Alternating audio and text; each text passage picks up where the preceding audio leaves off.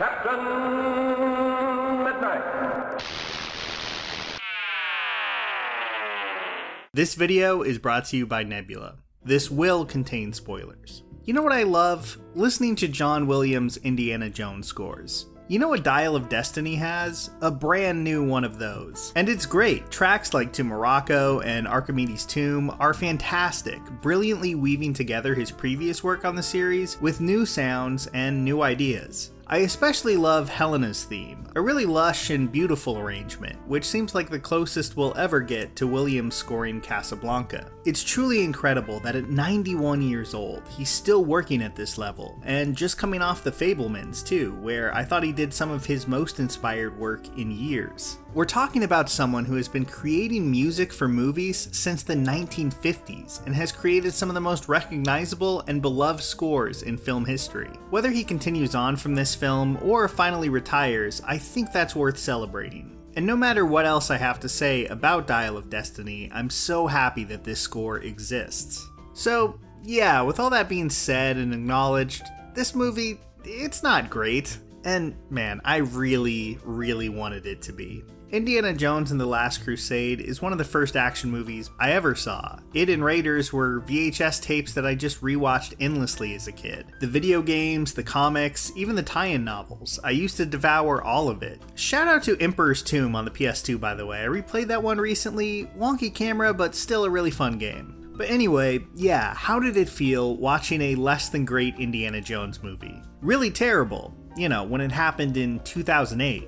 This time, though I did want to have a lot of hope for this movie and even made a video expressing that, the fact that it's just kind of underwhelming just doesn't hit like it did back then. These days, when it's just a given that everything from the 80s and 90s is going to be resuscitated over and over again, it's hard for me to get that worked up about it. When it comes to Indiana Jones, at least for me, and I'm sure plenty of others, there's the first three movies, and then there's everything else. Kingdom of the Crystal Skull and Dial of Destiny are both highly flawed movies that don't hold up to them, but are welcome to join like the Young Indiana Jones Chronicles on that rung of not quite the real thing Indiana Jones. And I know that sounds dismissive, but honestly, I didn't hate this movie. You've got the John Williams score, and you've got Harrison Ford giving what I honestly thought was a more committed performance than he did in Kingdom.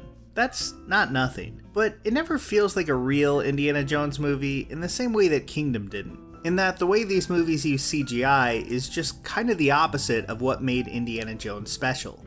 The Indiana Jones films are not complicated texts. These are movies that live and die by kind of four things: the powerhouse charisma of Harrison Ford in the 1980s, Steven Spielberg's direction, John Williams' score, and the pure excitement of the stunts. I'm not saying that's all they offer, and I don't want to downplay George Lucas's contributions, but that's definitely the core of their appeal. And only one of those things, John Williams, is on full display in Dial of Destiny. Harrison Ford shows up here. I think he's giving a committed performance, and that's great to see. But the man is 80 years old, so obviously the type of performance he can give is entirely different from what he did back then.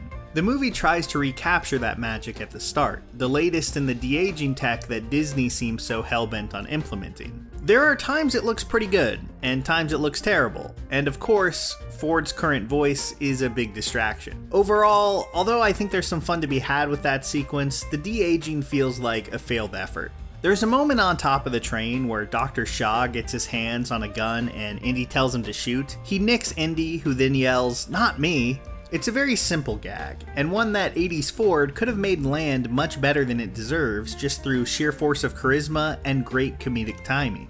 He does tons of that kind of comedic acting in Last Crusade and sells it all really well. But here, you're looking at a PlayStation cutscene Indy and an awkwardly delivered elderly Ford line rating, and it just doesn't work at all. And Spielberg obviously isn't behind the camera here. Look, I've liked a lot of James Mangold's films in the past. I think his 3:10 to Yuma remake is one of the few great studio westerns of the past 20 years. But nothing about the look of this one stood out to me. It has a lot of the Indiana Jones greatest hits, but it doesn't carve out much of an identity of its own. And I guess that just leads into that main issue that I have with the film. Nothing feels tactile or like it has real weight like an Indiana Jones movie should. Now, I'm not asking for grounded realism here. The Indy films have never been realistic. But Crystal Skull aside, of course, they've always looked incredibly physically demanding, and really difficult for Indy. It's one of the most likable things about the character. Things never seem to come easy for him, whether he's in a fistfight, jumping off a horse and onto a tank, or climbing down the undercarriage of a speeding truck. None of it looks smooth or effortless. And with the reliance on CGI in this film, almost all of that feels gone. There's a scene where Helena Shaw is riding a horse in the rain and she has to jump from it to a moving plane. If that was a practical stunt, it could have been an incredibly exciting moment. Instead, it was hard to feel anything there at all. It barely registers amongst the over-the-top noise that is the action here. Maybe this just sounds like a cranky old man complaint, but I really do think the CGI and how it's used make both this and Crystal Skull feel so inert compared to the first three. And I think that fact is only underlined by opening so closely to a new Mission Impossible, a film franchise that understands the power of practical stunts. Of course, I do understand it's really difficult to make a practical stunt-filled movie when your lead was born during the FDR administration. Which got me thinking, if they had to make another Indy movie, they probably should have done something much different, a little less reliant on over-the-top action and more focused on character. And a lot cheaper than the baffling $300 million that this cost. Just something smaller, more character-focused, and less reliant on Indiana Jones doing the kind of action that he did 40 years ago. That would have been interesting, I think. Because a huge part of my problem with Dial is that, aside from its very wacky last 20 minutes or so, it just feels like a retread. The locales, the plucky kid sidekick, the "oh, there's bugs everywhere" tomb raiding scene. Sure, the warm glow of nostalgia is there, especially when you've got Williams delivering a great score, but none of it feels particularly fresh. Of course, the movie saves its biggest swing for last, where Indy and the gang are taken back to the Battle of Syracuse, and Indy meets Archimedes. This is deeply goofy stuff. It actually reminds me a lot of the Indiana Jones tie-in novels I used to read where he'd meet dinosaurs. But I'd be more than willing to go with it if it had a satisfying conclusion.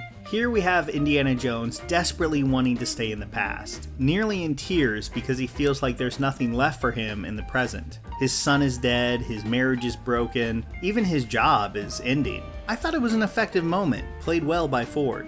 And how was this resolved? Well, by him getting punched in the head and that choice being taken away from him. I just can't get on board with this at all. Imagine if at the end of Last Crusade, right as Indy is reaching for the Grail, Henry Sr., instead of saying, "Indiana, let it go," just punched Indy right there to take that choice off his plate. That wouldn't be very satisfying, and it definitely isn't here either. I know a lot of people are annoyed at how goofy the time travel stuff is, but honestly, this bothered me more than that because it just felt so sloppy. Like the movie knew it needed to give Indy a big emotional moment at the end, but it didn't have a satisfying idea for a resolution to that moment. So he gets knocked out only for his problems to kind of be magically solved by the time he comes to. It was nice to see Karen Allen back as Marion, and the pair doing a reprisal of the "Where Doesn't It Hurt" scene from Raiders was genuinely sweet. But it all comes out of nowhere and doesn't feel earned within the context of this story at all. If they actually wanted to have a Indy and Marion get back together ending and have that feel satisfying, it probably would have been good to have Marion be an actual presence in the film. Instead, we get a lot of time devoted to Helena Wombat Shaw. And look, I know there's been a lot of grumbling about Phoebe Waller-Bridges in this movie. Some of it deserved. I think near the start of the film, she has some really groaner punchlines. By the end though, I don't know, I thought she was fine. She has a very basic version of Rick's character arc in Casablanca, going from saying she's all about the cold hard cash to actually believing in something and caring about the people around her. It's nothing spectacular and, definitely no Casablanca, but I was on board by the end. I mean, she's definitely a better co-lead than, say, Willie Scott in Temple of Doom.